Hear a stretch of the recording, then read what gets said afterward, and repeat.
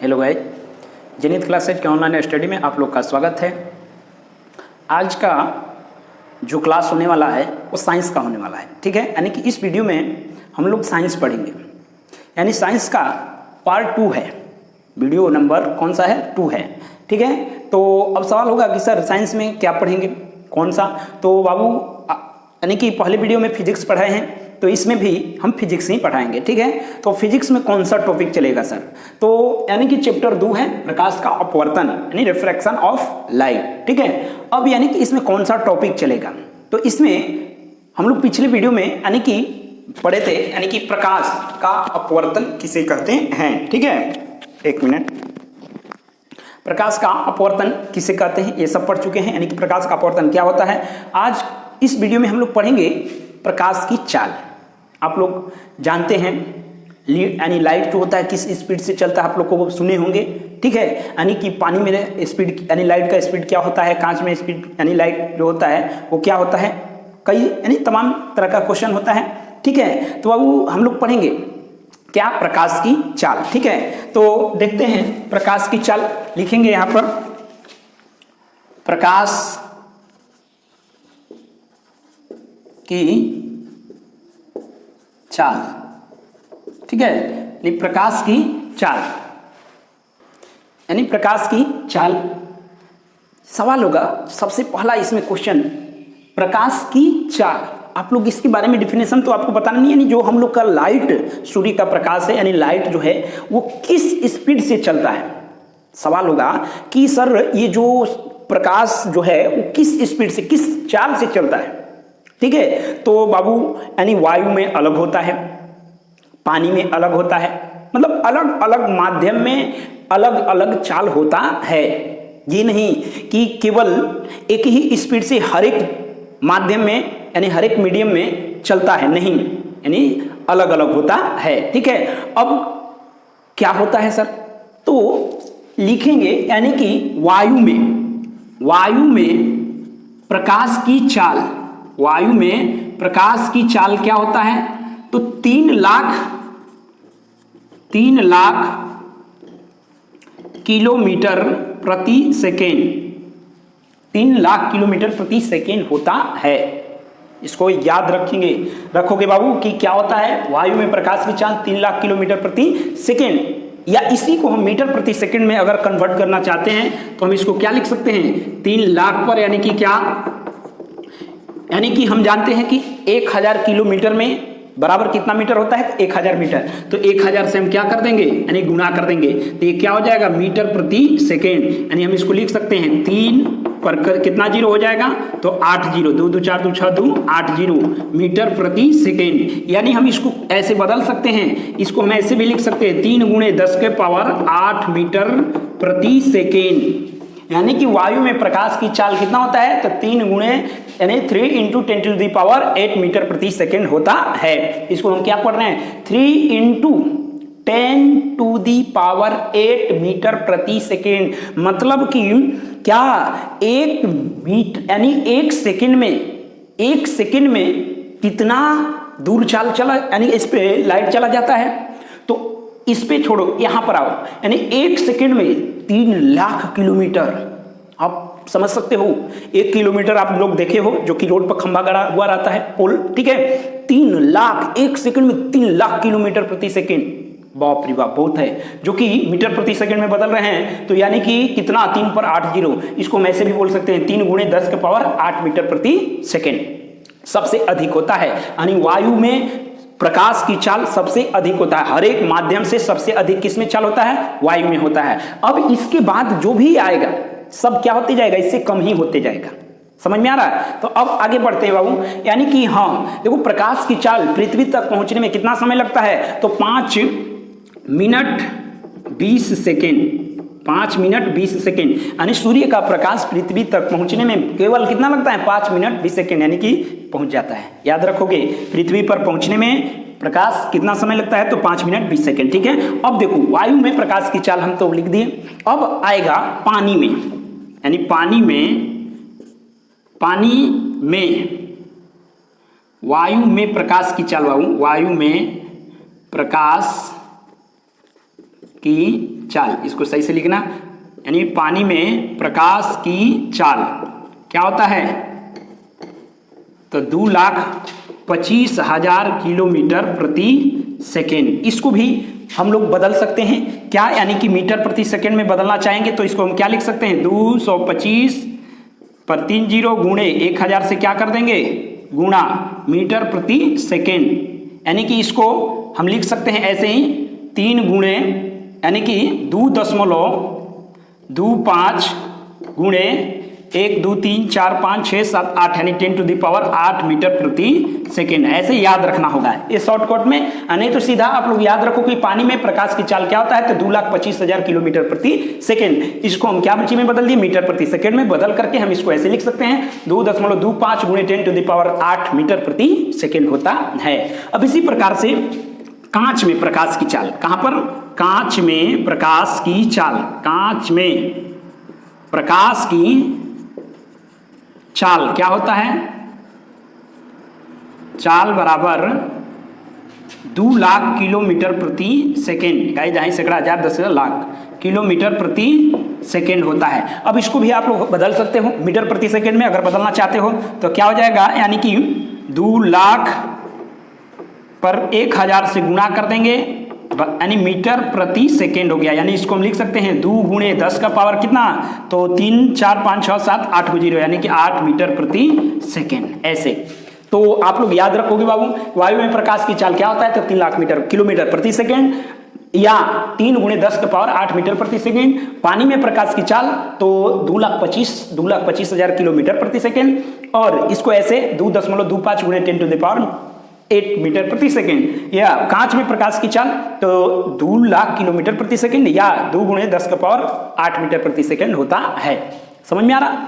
अब आते हैं बाबू माध्यम, ये माध्यम हो गया, वायु एक माध्यम हो गया, पानी एक माध्यम हो गया, कांच एक माध्यम हो गया। ये समझ में आ रहा है, प्रकाश की चाल क्लियर हुआ, इसको बाबू एकदम वीवीआई है, इसको याद रखोगे। अब आगे बढ़ते हैं हम लोग, माध्यम क्या होता है सर, उसमें आप पढ़ाए थे सघन माध्यम, विरल माध्यम पढ़ाए थे। सघन माध्यम किसे कहते हैं, विरल माध्यम किसे कहते हैं, ठीक है। तो यानी कि इस परिभाषा को हम इसको यहां पर फ्रेश लिखते हैं,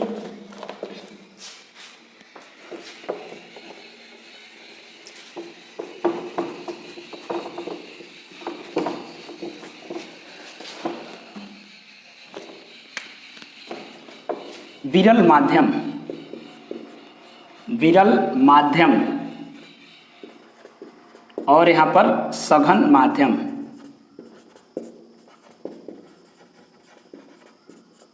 ध्यान से बाबू परिभाषा को एकदम क्लियर रखना, ये नहीं कि बदलते रहता है, ठीक है। तो परिभाषा पहले हम क्लियर यानी करते हैं, यानी जिस माध्यम में प्रकाश की चाल, जिस माध्यम में प्रकाश की चाल अधिक रहता है उस माध्यम को विरल माध्यम कहते हैं, और जिस माध्यम में प्रकाश की चाल कम होता है उसे हम क्या कहते हैं, सघन माध्यम कहते हैं। ध्यान से। अब कहोगे कि मतलब दो अगर माध्यम लेते हैं, कोई भी दो माध्यम लेते हैं, उस माध्यम में जिस माध्यम का प्रकाश का चाल अधिक होगा वो उसके सापेक्ष विरल हो जाएगा, और जिसका कम होगा वो क्या हो जाएगा, सघन हो जाएगा। जैसे देखो यहां पर वायु लेते हैं और पानी लेते हैं। देखो वायु का प्रकाश, वायु जो है, वायु का प्रकाश, वायु में प्रकाश की चाल क्या होता है, तो 3 लाख किलोमीटर प्रति सेकेंड, 3 लाख किलोमीटर प्रति सेकेंड। पानी का क्या होता है, तो पानी का होता है 2,25,000 किलोमीटर प्रति सेकेंड होता है। तो यहां पर इसके सापेक्ष अगर ये दोनों में तुलना किया जाए तो ये क्या हो जाएगा, यानी विरल माध्यम हो जाएगा। कौन सा माध्यम, विरल, और इसके सापेक्ष ये क्या हो जाएगा, सघन माध्यम। हम क्या बोले कि जिस माध्यम में प्रकाश की चाल अधिक होता है वो क्या कहलाता है, विरल माध्यम कहलाता है, और जिस माध्यम में प्रकाश की चाल कम होता है उसे हम क्या कहते हैं, सघन माध्यम कहते हैं। तो यहां पर मतलब दो माध्यम को लेकर के ये क्लियर किया जा सकता है, एकदम एक माध्यम को लेकर ये नहीं कह सकते हो कि विरल है चाहे ये सघन है, नहीं। दो माध्यम लेंगे, उस माध्यम में देखेंगे कि किस माध्यम में प्रकाश की चाल अधिक है और किस में कम है। जिसमें अधिक होगा वो विरल हो जाएगा, जिसमें कम होगा वो क्या हो जाएगा, सघन हो जाएगा। समझ में आ रहा। अगर इसी में अगर हम यहाँ पर पानी लेते हैं, कौन सा, पानी और वायु यानी कांच ले लेते हैं, कांच, देखो ना, यानी कि वायु यानी पानी में प्रकाश की चाल 2,25,000 किलोमीटर प्रति सेकेंड, और कांच का क्या होता है 2 लाख किलोमीटर प्रति सेकेंड। ठीक है। अब देखो अगर पानी और कांच दो माध्यम लिए, अब इन दोनों माध्यम में हम पता करना चाहते हैं कि कौन सा विरल है कौन सा सघन है, तो हम क्या बोले कि दोनों माध्यमों में देखेंगे किस माध्यम में प्रकाश की चाल अधिक है, तो इन दोनों में पानी में प्रकाश की चाल अधिक है, इसलिए क्या हो जाएगा विरल हो जाएगा, और इसके सापेक्ष इसमें कम है इसलिए क्या हो जाएगा सघन हो जाएगा। आई होप कि आप लोग को ये क्लियर हो रहा होगा। ठीक है, तो एकदम इसको बाबू ध्यान से क्लियर हो गया होगा। ठीक है, कि फिर से एक बार रिपीट कर देने, दो माध्यम में तुलना करेंगे, दो माध्यम में यानी जिस माध्यम में प्रकाश की चाल अधिक होगा वो विरल हो जाएगा और जिसमें कम होगा सघन होगा। केवल एक माध्यम में हम क्लियर नहीं कर सकते, कम से कम दो माध्यमों का होना अनिवार्य है। ठीक है, तो परिभाषा कैसे बोलेंगे, तो जिस माध्यम में प्रकाश की चाल अधिक हो उसे हम विरल कहते हैं। देखो अब कैसे इसको कैसे क्लियर रखोगे, कैसे याद रखोगे, तो बी यानी वह पहले आता है सौ बाद में आता है ना, तो जिसमें पहले आता है तो ई अधिक और कम यानी बाद में। ठीक है, तो ऐसे याद रखोगे। ठीक है, आगे बढ़ते हैं। अब हम आगे बढ़ते हैं, क्या है कौन सा टॉपिक लेते हैं। हाँ, यानी कि एक चीज आप लोग को हम बताना चाहेंगे, कांच की सिल्ली लेते हैं। कांच की सिल्ली में प्रकाश का अपवर्तन कैसे होता है। कांच की सिल्ली यहां पर हम बना लेते हैं आप लोगों के लिए। ये हो जाएगा, ये है कांच की सिल्ली, कांच की सिल्ली। ठीक है, ये हो गया वायु। ठीक है, ये यानी कि देखो कांच की सिल्ली ये कौन सा माध्यम, तो वायु में प्रकाश की चाल अधिक होता है, तो ये क्या हो जाएगा कौन सा, तो विरल माध्यम। ठीक है, और ये इसमें कम होता है तो ये हो जाएगा सघन माध्यम। तो ये विरल हो जाएगा और ये क्या हो जाएगा, ये सघन माध्यम। कौन सा माध्यम, सघन माध्यम। अब देखो हम पढ़े हैं प्रकाश का अपवर्तन, क्या पढ़े हैं कि एक माध्यम, जब प्रकाश की किरण एक माध्यम से दूसरे माध्यम में जाती है तो अपने मूल पथ से विचलित हो जाती है, तो उसे हम क्या कहते हैं, प्रकाश का अपवर्तन। तो कांच की सिल्ली में प्रकाश का अपवर्तन कैसे होता है। ठीक है, तो देखो बाबू, यानी कि हम लोग कैसे इसमें कैसे होगा, तो देखो यानी कि ऐसे प्रकाश की किरण आया, यहां पर हम बनाते हैं ऐसे, इसको जाना चाहिए ऐसे, यानी कि ऐसे आना चाहिए था,